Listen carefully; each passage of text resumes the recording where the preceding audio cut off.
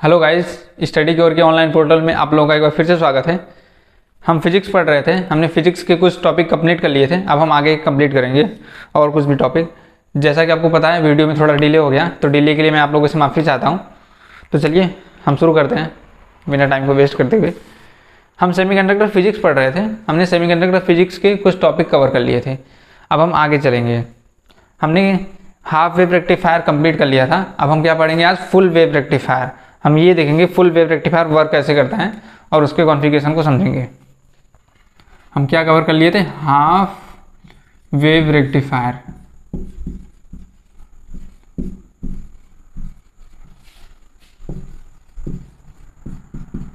ये हमने कंप्लीट कर लिया था। ये हाफ वेव रेक्टिफायर हमने कंप्लीट किया था। ये केवल आधी साइकिल के लिए वर्क कर रहा था। आज हम क्या पढ़ेंगे? Full wave rectifier. ये हमने पिछली क्लास में कंप्लीट कर लिया था। आज हम क्या पढ़ेंगे?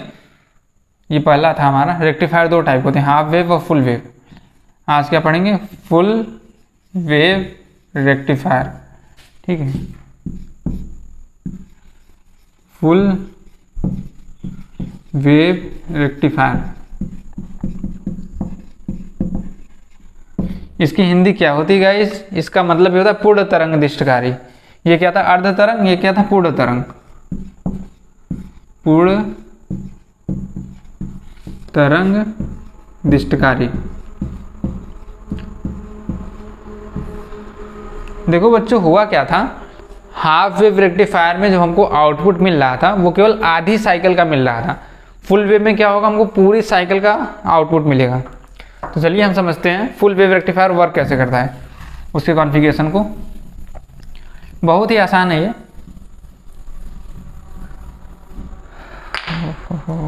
ये देखिए, सबसे पहले हम इसके सर्किट डायग्राम को समझते हैं, ये वर्क कैसे करता है।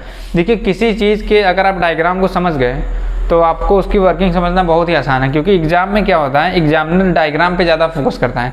अगर आपने डायग्राम को अच्छे से बना लिया तो आपको वो क्या करेगा? फुल मार्क्स देगा। और डायग्राम बहुत ही ज़्यादा इंपॉर्टेंस है, बहुत ही ज़्यादा इंपॉर्टेंट रखता है ये। तो देखते हैं हम सबसे पहले।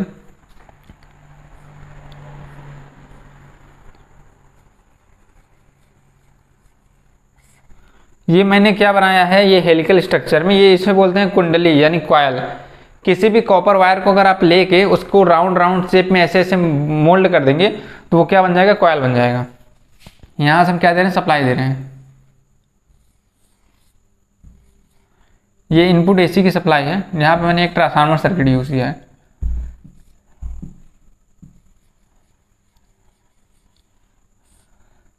हो क्या रहा है? इस साइड आप इनपुट दे रहे हैं, आपको इस साइड क्या मिलेगा? आउटपुट मिलेगा। ये क्या है?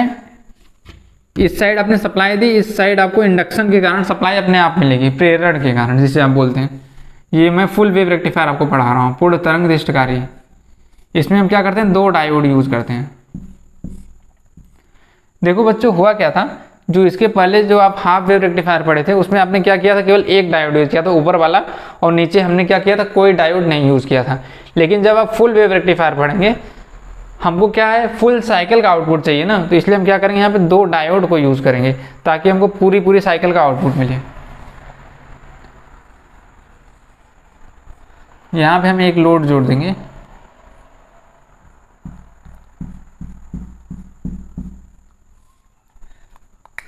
ये क्या है? आपका लोड है।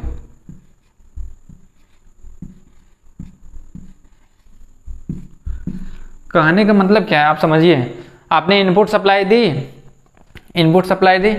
ये क्या है? रेक्टिफायर है, यानी डायोड है ये।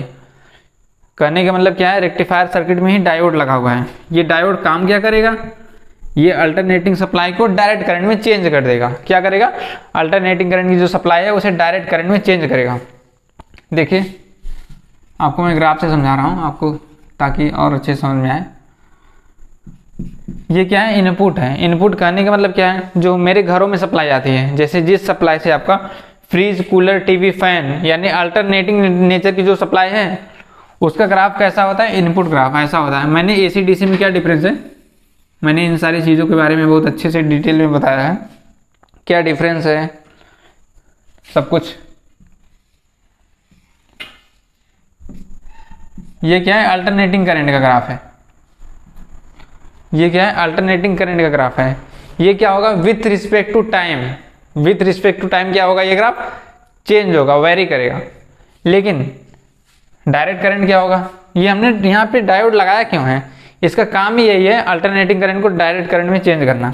हमको आउटपुट में क्या मिलेगी, डीसी करंट मिलती है। देखो बच्चा होगा क्या, जब हम यहाँ पे एक डायोड लगाए थे, ये दूसरा वाला नहीं, एक डायोड लगाए थे, तो ये क्या कर रहा था, केवल एक साइकिल को चेंज कर रहा था। ये हमारा क्या, पीएन जंक्शन डायोड है, ये पी टर्मिनल है, ये एन है, ये पी है और ये एन है, ठीक है। अब देखिए होगा क्या, ये इनपुट एसी का सप्लाई होता है, ये एक साइकिल प्लस एक माइनस, एक प्लस एक माइनस, यानी कि ये ऊपर वाली साइकिल का नेचर अलग होगा, नीचे वाली का अलग होगा, ऊपर वाली का अलग, फिर नीचे वाली का अलग। हम थोड़ा साइकिल को और बढ़ा लेते हैं ताकि आपको और अच्छे से समझ में आए। यहाँ पे हम एक साइकिल और ले लिए नीचे वाली। अब देखिए आगे होगा क्या, देखो होगा क्या, यहाँ पे आपने इनपुट सप्लाई दी है, ये क्या है, ये इनपुट एसी है। अब देखिए आउटपुट आपको कैसे मिलना है, इसको समझिए। आपने यहाँ क्या दी है, इनपुट एसी की सप्लाई दी है घरों में, और ये डायोड लगाया है। ये डायोड करेगा क्या, ये इनपुट एसी को आउटपुट में चेंज करेगा। आप पहले से ही पढ़ते आ रहे हैं, डायोड क्या करता है, डायोड क्या करेगा, एसी करंट को, ये अल्टरनेटिंग करंट को क्या करता है, डायरेक्ट करंट में चेंज कर देता है, एसी टू डीसी, ये डायोड वर्क करता है हमारा। लेकिन यहाँ पे दो डायोड लगाने से हमको फायदा क्या हुआ, ये देखिए, जब आप एक डायोड लगाए थे तो ये जो ऊपर वाली साइकिल थी, ये प्लस टर्मिनल वाली साइकिल थी, पॉजिटिव वाली, तो पहली वाली साइकिल के लिए पहला डायोड वर्क करता था, फर्स्ट वाली साइकिल के लिए पहला डायोड वर्क करता था। लेकिन दूसरी वाली साइकिल हमारा हमेशा क्या करती थी, रिवर्स बायस में काम करती थी ना। तो क्या होता था, जब दूसरी वाली साइकिल चलती थी तो हमारा डायोड वर्क नहीं करता था, क्योंकि ये क्या करेगा, एक डायोड एक समय में एक ही काम तो करेगा, फॉरवर्ड बायस में ही वर्क करेगा। जब होता क्या था, जब यहाँ से प्लस टर्मिनल में करंट जाता था तो हमारा डायोड करंट को पास कराता था, क्योंकि ये क्या था, एज ए फॉरवर्ड बायस काम करता था। तो होगा क्या, पहली वाली साइकिल में हमारा पहला वाला डायोड काम करेगा और दूसरी वाली साइकिल में ये दूसरा वाला डायोड करंट को पास कराएगा। यानी कि एक साइकिल में ये डायोड D1 वर्क किया, इसको हम D1 मान लेते हैं, और इसको क्या मान लेते हैं, D2, ठीक है। एक वाली साइकिल में पहला डायोड D1 वर्क किया और दूसरी वाली साइकिल में डायोड D2 वर्क करेगा। अब देखिए इसके कॉन्फ़िगरेशन को समझते हैं। जब आप क्या करेंगे, इनपुट सप्लाई देंगे, यहाँ पे ये क्या है, ये प्लस टर्मिनल वाला साइकिल है, प्लस वाला, पूरी पॉजिटिव वाला, तो उसके लिए क्या हुआ, D1 ऑपरेट हुआ। जब D1 ऑपरेट हुआ तो हमको यहाँ पे क्या मिलेगा, आउटपुट मिलेगा कुछ, तो उस आउटपुट को हम यहाँ पे ड्रॉ करेंगे, ऐसे मिल गया हमको आउटपुट। लेकिन जो नीचे वाली साइकिल रहेगी, इसके लिए हमारा क्या होगा, D2 डायोड ऑपरेट होगा, नीचे वाला।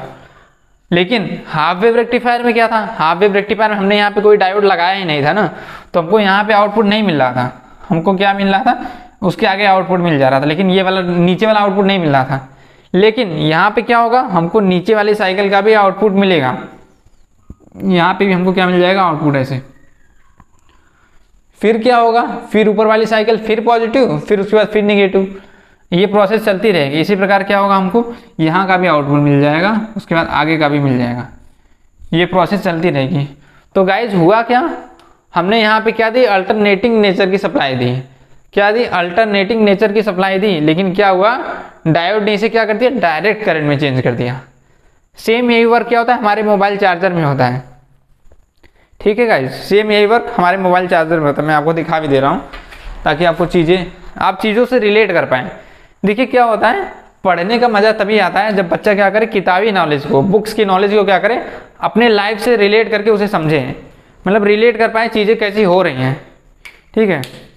देखिए हमारे जो चार्जर होते हैं ना, इसमें क्या होता है, फुल वेव रेक्टिफायर का ही सर्किट लगा होता है, फुल वेव रेक्टिफायर और ब्रिज रेक्टिफायर, इन सब चीज़ों का यूज हम अपने मोबाइल चार्जर में करते हैं।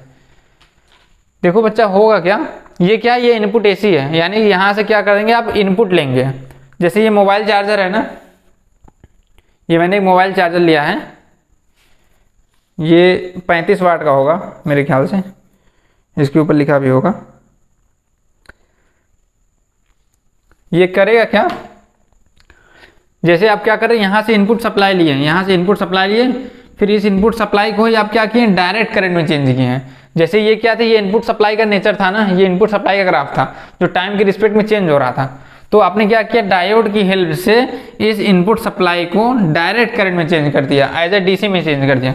तो आप क्या करेंगे, जैसे ये क्या है, ये समझ लीजिए मेरा चार्जर है ना, तो चार्जर पे आप क्या करेंगे, इनपुट लेंगे। मान लीजिए यहाँ से इनपुट ले लिए, यहाँ से इनपुट ले लिया मोबाइल चार्जर में, तो इस चार्जर के अंदर क्या लगा होगा, ये डायोड का सर्किट लगा होगा। जो ये आप डायोड यहाँ पे पढ़ रहे हैं ना, ये डायोड का सर्किट लगा होगा, ठीक है।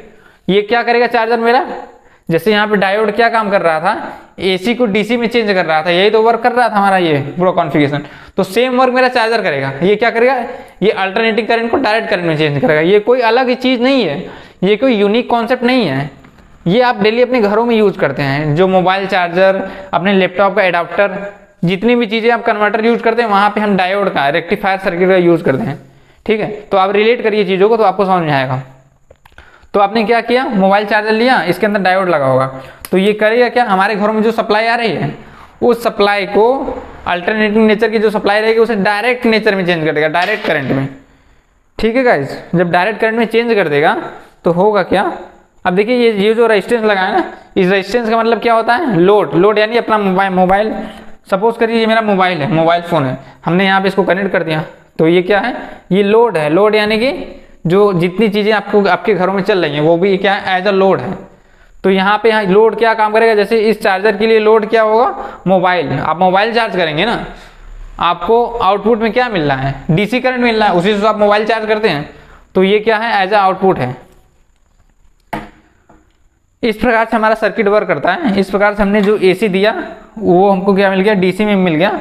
और फुल वेव से रेक्टिफायर में बस यही डिफरेंस है, ये पूरी साइकिल का आउटपुट देता है। जैसे हम हाफ वेव में यहाँ पे हमको कुछ नहीं मिलता था, यहाँ कुछ नहीं मिलता था इन सब जगहों पे जहाँ मैंने क्रॉस मारा है, लेकिन फुल वेव में क्या हो रहा है, फुल वेव में हमको पूरी वेव का मिल रहा है आउटपुट। हाफ वेव में क्या होता था, केवल यहाँ पे मिलता था आउटपुट, फिर ये नहीं मिलता था, फिर इसका मिलता था, नीचे वाला नहीं मिलता था, क्योंकि एक टाइम पे एक ही डायोड तो फॉरवर्ड बायस में वर्क करेगा ना, लेकिन यहाँ पे क्या होगा, दोनों डायोड वर्क करेंगे, एक बार ये एक बार ये, ठीक है बच्चों। इस प्रकार से हमारा पूरा सर्किट वर्क करता है।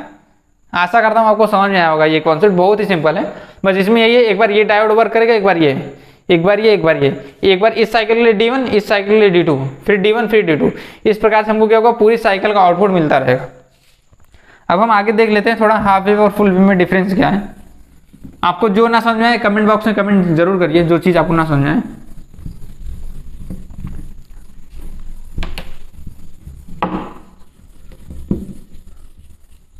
वीडियो बनाने में थोड़ा लेट हो जा रहा है, फिर भी मैं चाह रहा हूँ थोड़ा जल्दी जल्दी में आपको कंटेंट प्रोवाइड करा सकूँ। देखिए कुछ डिफरेंसेस हैं, उसे आप देख लीजिए। ये क्या है, हाफ वेव रेक्टिफायर, ये क्या, फुल वेव रेक्टिफायर। ये अर्ध तरंग दिष्टकारी है, वो क्या है, पूर्ण तरंग दिष्टकारी है। इन दोनों में क्या डिफरेंस है आप इसे भी देख लीजिए थोड़ा।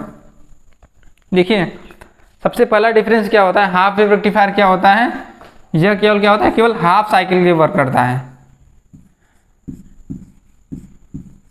It works only for half cycle, half cycle, ठीक है। ये क्या करेगा, केवल हाफ साइकिल के वर्क करेगा। लेकिन जो ये क्या करेगा, ये क्या करेगा, ये फुल साइकिल के लिए, ठीक है, ये फुल साइकिल में वर्क करेगा, ठीक है, फुल साइकिल में। मैं शॉर्ट में ही लिख दे रहा हूँ ऐसे, it works only for half cycle. ये क्या करेगा, ये फुल साइकिल के वर्क करेगा। अब देखिए कुछ कॉन्सेप्ट और देख लीजिए। इसमें हम क्या करते हैं, सिंगल डायोड का यूज करते हैं, सिंगल डायोड यानी एक डायोड का। फुल वेव में क्या होता है, दो डायोड का यूज होता है, two diode.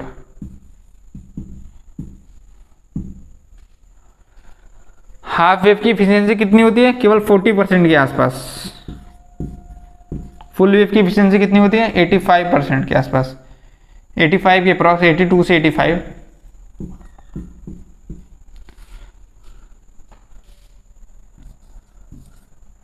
Half wave rectifier का रिपल फैक्टर कम होता है, इसका रिपल फैक्टर भी ज़्यादा होता है। रिपल फैक्टर आपको समझ में नहीं आएगा, ये थोड़ा एडवांस लेवल की चीज़ है। रिपल फैक्टर का ये मतलब होता है जो एसी का कुछ भाग डीसी में आ जाता है उसे हम रिपल फैक्टर बोलते हैं। ये बस इतना मान के चलिए, इसका रिपल फैक्टर क्या होता है, मतलब जो AC से DC में भाग आता है कम आ पाता है, ठीक है, ये कम होता है, इसमें क्या होता है रिपल फैक्टर ज़्यादा हो जाता है।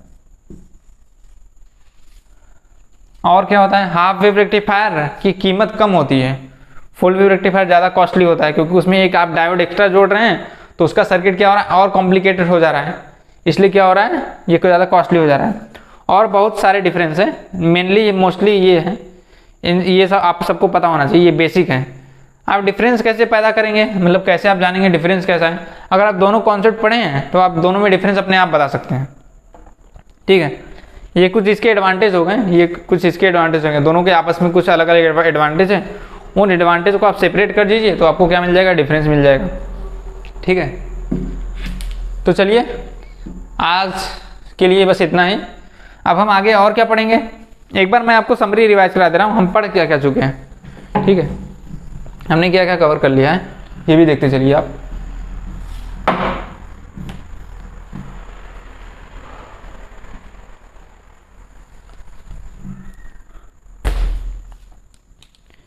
देखिए सबसे पहले इस चैप्टर में जब हम सेमीकंडक्टर फिजिक्स स्टार्ट किए थे, हम पढ़ क्या क्या रहे थे और हमने क्या क्या कंप्लीट किया था, ठीक है। सारी चीज़ों को मैं 1 बाय 1 आपको 2 मिनट में समरी देते रहा हूँ। सबसे पहले आप पी टाइप और एन टाइप पढ़े थे, पी टाइप एंड क्या पढ़े थे, एन टाइप सेमीकंडक्टर मटेरियल, ठीक है। उसके बाद आपने क्या पढ़ा था, डायोड के बारे में पढ़ा था। आप पी टाइप एन टाइप पढ़ लिए, फिर उसी टाइप आपने डायोड बनाया था, ठीक है। डायोड से आपने क्या पढ़ लिया, रेक्टिफायर पढ़ लिया। अब आप क्या किए, डायोड की हेल्प से तो आपने रेक्टिफायर बनाया ना, यानी चीज़ें क्या हो रही हैं, इंटरकनेक्टेड हैं। अगर आपने ये सही से पढ़ा है ना तो आपको सब समझ में आएगा। इसी से आपने डायोड बनाया, फिर इसी से आपने रेक्टिफायर बना लिया। रेक्टिफायर यानी दिष्ट कार्य जो आप अभी पढ़े हैं, जो AC को DC में चेंज करता है, यानी कन्वर्टर की तरह काम करता है। ये 2 टाइप का होता है, हाफ वेव, फुल वेव। अब आगे आप क्या पढ़ेंगे, आप ट्रांजिस्टर पढ़ेंगे।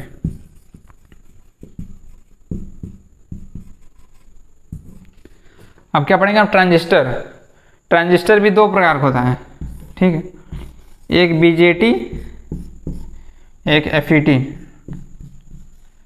लेकिन आपके सिलेबस में क्या है, ये है BJT यानी bipolar junction transistor.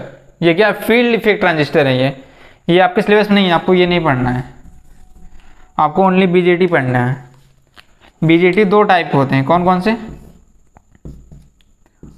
PNP transistor और कौन से, NPN। PNP एंड NPN, आपको इन 2 चीज़ों के बारे में पढ़ना है। तो हमारा नेक्स्ट टॉपिक क्या हो जाएगा, ट्रांजिस्टर। ट्रांजिस्टर में आप PNP और NPN पढ़ेंगे, ठीक है। ये हमारा नेक्स्ट टॉपिक हो गया। तो आज के लिए मैं इतना ही रखता हूँ, ठीक है, नहीं तो वीडियो ज़्यादा लंबी हो जाएगी।